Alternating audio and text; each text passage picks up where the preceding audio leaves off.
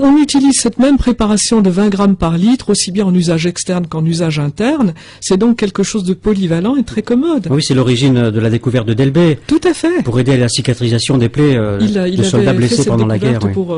Pour voir comment cicatriser mieux les plaies de guerre qui faisaient des ravages au moment de la guerre de 14, où, comme il disait, les champs de bataille ruisselaient d'antiseptiques et les résultats étaient déplorables. Pour faire sa recherche, en fait, il était parti d'une constatation. Il était chirurgien, chirurgien des armées. Et il avait constaté qu'en l'occurrence, les antiseptiques, quels qu'ils soient, pour attaquer les bactéries, les virus, etc., en fait, étaient obligés de détruire aussi les cellules qui elles-mêmes étaient beaucoup moins résistantes que les agents pathogènes que les antiseptiques attaquaient. Donc, pour détruire ces agents pathogènes, en l'occurrence, on détruisait beaucoup plus de tissus. Et le résultat en était une surinfection dramatique et des catastrophes. Il s'est donc demandé à ce moment-là tout simplement s'il ne serait pas plus raisonnable de tenter de stimuler, d'aider nos cellules dans leur lutte naturelle contre l'infection, puisque nous sommes quand même munis, il n'y a pas que les ordinateurs qui soient munis d'un système d'antivirus. Le corps humain, c'est le premier exemplaire du genre.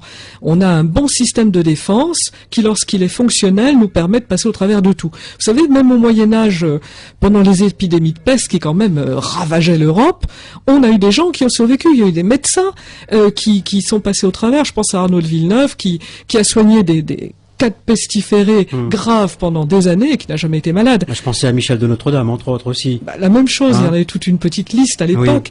Oui. Et pourquoi? Parce qu'ils avaient un bon système immunitaire qu'ils devaient, à mon avis, doper par certaines choses, qu'on parlait du vinaigre des cas de voleurs, des choses comme ça. Mais l'objectif, c'est d'avoir un bon système immunitaire de bonne défense.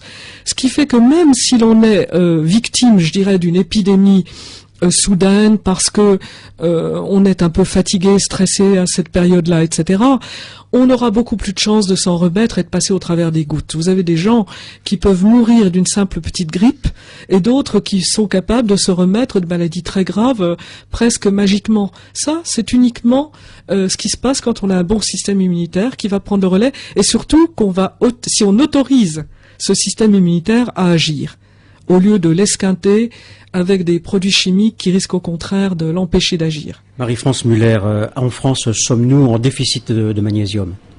Clairement. Pas rien qu'en France. À l'heure actuelle, on sait que c'est à peu près dans le monde entier. Même dans des régions que Delbé avait considérées